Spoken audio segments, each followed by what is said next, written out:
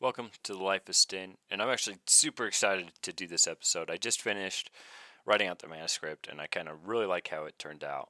I think I'm really liking the development of the Life of Styn right now and where we're going, and it just seems like these episodes are just getting better and better. So, welcome again to the Life of Styn, where our goal is to make your life yours again. Okay, life is a nonstop journey of learning more about yourself. And the more you understand yourself, the more you'll be able to understand others, because in the end, we're not all so different. And actually, if every human being is different, being that they are unique via like their personality, experiences, and whatnot, doesn't that literally make us all the same through what seems to be separation? It seems like through this experience we call life, you can use your experiences to unite us or to separate us. Now, one thing before we get started is when I do these videos, I try to think about my target audience, and I'd like everyone who stumbles upon this to get something out of it. I also like to leave little Easter eggs in each video that you can connect to other videos. But besides that, whether it's younger people or children, or if it's people who are adults but just starting to dabble in the self help field, or even if you're an enlightened master, I try to make sure there's a little bit of everything for us. And when your understandings become deeper, you can revisit each video and maybe see something you missed, or realize I was wrong about something and what I was pointing at and not literally meaning. There's plenty of times in my growth where I make distinction on things I've learned, and then I revisit them, and I can always add more stuff about them or reiterate them and revise them, and maybe there was something I missed. So even if we've done a video about something, I can assure you it's not the last time I do or the last time I talk about it. Life's a test. You learn these new things, and if they're true, they will last the test of time. Life will test you, and you will affirm if the things you were taught were accurate and helpful or not. But now, let's get into the meat of the episode, the power of presence. I was also going to call this episode Alleviating Anxiety and Depression, but I wanted to go with a more universal title. Now, we're going to get started with what hopefully causes some realization in your mind as to what your mind is doing, because we can't fix something we're not aware of. Which is why at the end of all this, awareness of self is the ultimate skill to doing anything in this life. Usually, depression is when someone perceives their past as happier than their present. Or it is also when you let the events of the past define today. Or when you hold on to those things that happen. Or when you don't like what you see today. But that is just perspective, and perspective defines your life, does it not? Then that means we need to shift our perspective. Now, anxiety is when you're too focused on the future or things that could happen or go wrong. And both of those things extinguish the peace and joy of the present moment. So let's alleviate those things, because obviously it doesn't work when we just say let go of it, just stop overthinking. You know. For me to make big changes, especially in the psyche, I need evidence, or I need to be given theory that allows me to find my own evidence. Or I need thought experiences that, like experiments that challenge my current way of thinking and help me step out of my own limited perspective so that I can open up my mind a little bit more. But I know now that evidence will not always be physical and tangible. Most of the time, it's actually going to be like a realization, and it'll be very mental. And it has to be discovered for oneself. It's not an evidence or a proof that you can share with everybody. A lot of the times it is, but when you get really deep into the psyche, there's a lot of things that just don't have proof to show other people. It's something that is self-discovered and self-realized, and you can only point at that for other people, which is obviously what we're trying to do here. But let's start to dissect the depression and anxiety and living with the past. So actually, first we'll start dissecting depression and living with the past. So honestly, this can be such a rabbit hole, and trust me, I know all about it. The hate, the resentment, or the better times. How can you stop letting the past define you? Well, there's many things you can do, but first you need to accept that those things happened, and you can't do anything about that. You can only change the perspective of your past in the present. and let it grow you instead of destroy you. Hating who you were or what you did or what happened shows that you've changed, because you don't want to be like you were in the past. Second, you have to be able to forgive yourself for what happened, which is just another word for acceptance. The past is done. Take the lessons with you and forget the rest. If you hate the past so much, why do you keep bringing it into the present? Use the past as a tool, but don't be so neurotic about it. Letting go is a muscle, just like any of the other things I teach.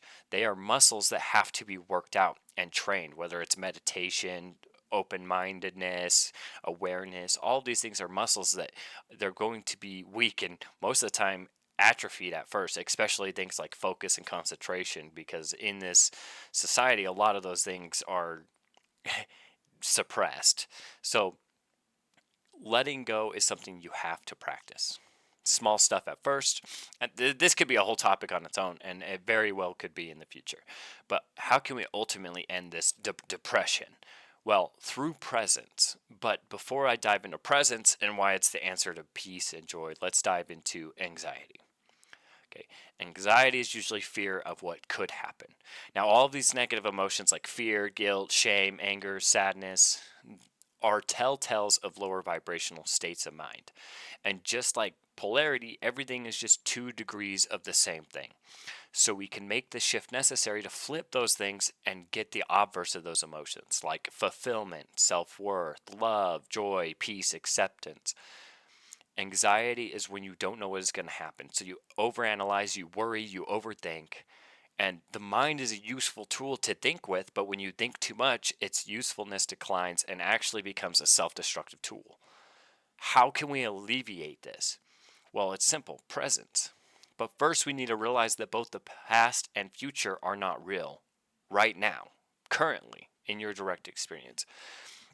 Right now is more real for you than any other moment because it has the most actuality. The past has gone, and all you have left are memories, pictures of the past, which is conceptual and not actually real for you right now. I'm not discrediting the past or future with these things. I'm just trying to show you how now is more real than those times. And the future is just a projection of the things that have not yet happened. So you can only picture and fantasize or project a nightmare into, and that itself is conceptual and not more real for you than right now is. Like look at your hand right now, or the space around you. This is more real for you right now than anything else. Now, when we project the future and the past into the present, we deform the present, and then we call the present shitty or not worth being in. But you can kind of see that we've deceived ourselves into that because those things are not true. And more so, we don't see how much we actually distort reality. Look around the room again, okay? But this time, just notice the shapes and colors. Don't, it's not a door or a coffee table or whatever. Just look at the shape of it. Look at the color of it. And don't project that it is what you think it is, okay?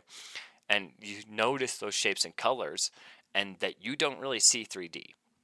You see a 2D landscape projecting what appears to be depth, but you don't actually perceive in the third dimension. We could take a mental picture of it and observe it and discover that we only see it 2-dimensionally. Obviously, we could shift our direction and then say it is in fact 3D, but all you have is another 2D perspective. Okay, what am I getting at here though? I'm trying to help you open up your mind and bring awareness to the present moment so that you can actually experience it. The best advice I could give you is that when you actually experience the present moment without your projections of the past, future, concepts, and ideas into it, you will know true eternal peace and joy. Not happiness like when you're having a good time with friends and it's very euphoric, but joy. So even when you're sad or down, there's an underlying joy that precedes the lower negative emotions. It's naive to think that when I say you can be at peace and happy permanently regardless of external circumstances, that I mean happiness is you will only experience positive emotions and you'll no longer feel the negative ones. But that's not it. What I mean is an integration of all the emotions, not just the good ones, but the acceptance of the bad ones too. And then not being so biased as to which ones you experience. You don't want to be happy when someone close to you dies.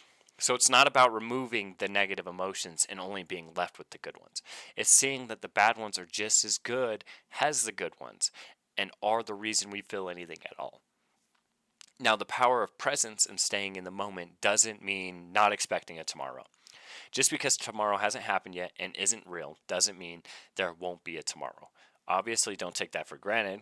I mean, any day could be our last, obviously. But don't use the present moment as an excuse to not plan for the future, or even don't use the present moment as an excuse for your past. Obviously, we can see how people do that now. Um, but we want to integrate, okay? We want to integrate the memories and concepts of the past with the present. And we want to integrate what we would like to see in the future with the present. When we live in the now, a lot of these distortions disappear. But now you might say, yeah, but what if the present is painful or there's deep suffering? Well, first of all, suffering does not exist in the actual present moment. You can experience pain and not suffering, but we have to redefine what you think suffering is. You think pain is suffering, but actually rejection of the present moment is what causes suffering, even when pain is involved. Let me give you a little more theory to help you understand all of this. Purification is pain plus mindfulness. Suffering is pain plus resistance. If there's no resistance, there is no pain. Okay, the mind is the most powerful tool us humans have. It creates and destroys everything we know. And if you use it unconsciously, don't be surprised when you don't like what you've created or destroyed. When you use it consciously or with awareness, you can create and destroy what you please as you please. But this isn't easy. Creating changes in the conscious is hard because the program of the mind is so strong. So when things arise, old unconscious mind patterns will arise, and you'll have to use your awareness to alleviate those. You need to take a step back from your mind and not identify with your thoughts, and just realize that you can think, but you don't really get to choose your thoughts. All of that comes from the subconscious, and what we're trying to do is rewire the subconscious so that what comes into the conscious is a little more easier to deal with and healthier. But at the end of the day, you get to decide which thoughts you give power to. The more power you give to positive or negative thoughts, the more they will occur. It's funny how biased we are to what our minds tell us, and I'm sure I've said this in the past. But regardless, it's very relevant. As always, I can always keep going, but I feel like I've put a lot of high quality content in here for you to discern, to think about, and to actualize. I hope you got something out of this. And as always, if you have any questions, reach out, comment. The thing about teaching this stuff is I can only give you theories and concepts. Then that means we are heavily relying on your interpretation to get these things right. And there have been plenty of times where I feel I've explained something well and the student felt they understood it well, and then later I find out it was interpreted wrong, and then I needed to explain from a different perspective to alleviate that. And with that, my want to help others actually hindered them, and it hurt them and caused suffering when that wasn't the teacher or the student's intention. So take everything with a grain of salt and discover what's true for yourself. Sometimes I can say something and mean something completely different. So it's up to you to intuit what that is. Now, if you've made it this far, thank you for your support. But most importantly, if you've made it this far, then you might be pretty serious about changing your life and creating something wonderful here.